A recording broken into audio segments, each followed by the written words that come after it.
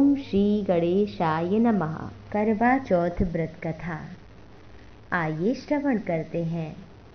प्राचीन काल में एक परिवार में 7 बहुएं थीं। 6 बहुएं बहुत अमीर घर की थीं, इससे उनका घर में बड़ा मान सम्मान था। लेकिन 7वीं बहू के मायके में कोई न था। वह घर का सारा काम काज करती थी, लेकिन उसे फिर भी प्यार सम्मान तो मिलता नहीं था। परेशान उसे अलग करते थे। त्योहारों पर सभी के घर से कोई न कोई आता था। इससे उसे बड़ा दुख होता था कि मेरे घर में भी कोई होता तो आता। हर वर्ष की तरह एक बार करवा चौथ का व्रत आया। सभी बहुओं ने के घर से उनके भाई तो करवा और बहुत सा सामान लेकर आए, परंतु छोटी बहू के घर में मायके में तो कोई था ही नहीं। उसे खरी खोटी सुनाते, अरे इसके घर में तो कोई है ही नहीं है। इससे वह दुखी हो जाती है और घर से निकल पड़ी। वो जंगल गई, वहाँ रोने लगी। रोने की आवाज़ सुन कर के एक नाग बिल में रहता था। वहीं वो इच्छाधारी नाग था। बाहर निकल कर आया और रोने का कारण पूछने लगा। नाग के पूछने पर छोटी बहू बोली, आज करवा चौथ है, यदि मेरा कोई भाई होता तो आज करवा लेकर जरूर ही आता। नाग को बड़ी दया आ गई। नाग ने कहा, बहन तुम घर पर चलो, मैं अभी करवा लेकर आ रहा हूँ। थोड़ी देर बाद नाग बहुत सा सामान लेकर पीछे घर पहुँच गया। बड़ा सामान देख करके घर ससुराल के लोग बड़े ही खुश हुए। सास ने प्रसन्न होकर छोटी बहू को नाग देवता के साथ में भेज दिया। नाग देवता बहू को अपने महल में ले आया और कहा, बहन जब तक मन करे, तुम्हारा दिल करे, तुम यहाँ आराम से रहो, कोई कमी नहीं है किसी भी चीज़ की। लेकिन एक बात ज़रूर याद रखना, कभी ना भूलना। बोली, वो क्या है भाई? कहा कि ये नांद कभी मत उठाना। बहू बहुत दिनों तक महल में आराम से रहने लगी।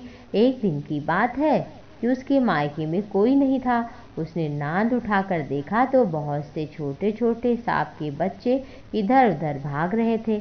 तो घबराकर वो नांद को ढक दी। घबराहट में एक सांप की पूंछ नांद के नीचे आ गई, जिससे उसकी पूंछ ही कट गई। कुछ देर बाद जब नाग आया महल में तो बहू ने वो सारी बात बताई नांद उठाने की और कहा कि मुझे गलती के लिए क्षमा कर दो। नाग ने कहा, कोई बात नहीं है। कुछ दिनों बाद नाग ने भी क्षमा कर दिया।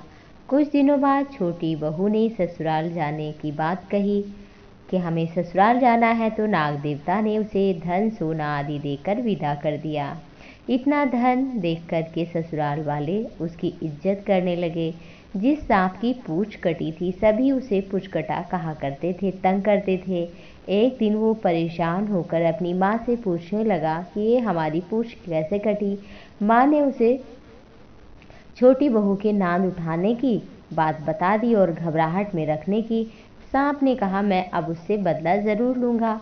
माँ ने कहा, ऐसा नहीं करते हैं, लेकिन वो माना ही नहीं। एक दिन मौका पाकर छोटी बहू के घर में घुस गया और उसे काटने के लिए सोचने लगा और फिर तभी उसे बहस करने की आवाज़ सुनाई देने लगी। छोटी बहू कसम खाकर अपने सासू माँ से कह रही थी, मैंने ऐसा कुछ काम नहीं किया है, मैं कसम खाती हूँ, मुझे पुछ कटे भाई से कोई प्यारा नहीं है। मैं उसी की कसम खाकर कह रही हूँ कि मैंने ऐसा कोई काम नहीं किया। पुचकटे ने सोचा, ये मुझे बहुत प्यार करती है और मैं इसे काटने के लिए आया हूँ। ऐसी प्यारी बहन से बदला कैसे लूँ?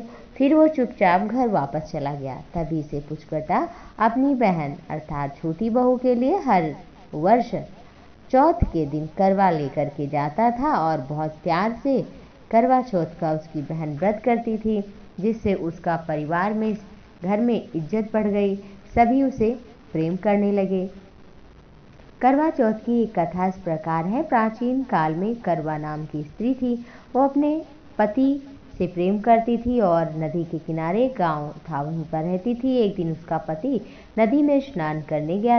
योग से स्नान के समय ही एक मगर ने उसके पैर को पकड़ लिया। तब वो व्यक्ति करवा करवा कहकर अपनी पत्नी को बुला रहा था। अपने पति की आवाज़ सुनकर वो पतिव्रता स्त्री करवा भागी हुई आई और उस पतिव्रता ने आते ही मगरमच्छ को कच्चे सूत के धागे से संकल्प से ही बांध दिया। और मगर को बांधकर वह अपने पतिव्रत धर्म के बल के प्रभाव से यमलोक चली गई और यमराज से बोली, हे भगवान, मेरे पति को मगर ने पकड़ लिया है। इस अपराध में आप अपने बल से मगर को नरक में डालिए। करवा की बात सुन करके यमराज बोले, अभी तो उसकी आयु शेष है, मैं उसे कैसे मार सकता हूँ। यमराज की बात सुन करके करवा बोली, यदि आप ऐसा नहीं कर सकते हैं तो मैं आपको श्राप दे दूंगी। करवा की ये बात सुनकर यमराज भी डर गए और उस पतिव्रता के साथ जाकर मगर को यमलोक पहुंचाया और नरक में डाल दिया। उसके पति को दीर्घायु होने का आशीर्वाद दिया। उसी दिन से ये करवा चौथ मनाई जाने लगी। उस स्त्री का नाम जो पतिव्रता धर्म का पालन करने सतीत्व नारी थी, उसका नाम करवा था और उसने अपने पति की रक्षा की, इसलिए तभी से करवा चौथ व्रत मनाया जाने लगा और व्रत रखा जाने लगा। करवा माता ने जैसे अपने पति की रक्षा की, वैसे ही सबके पति की रक्षा करें। जय माँ करवा।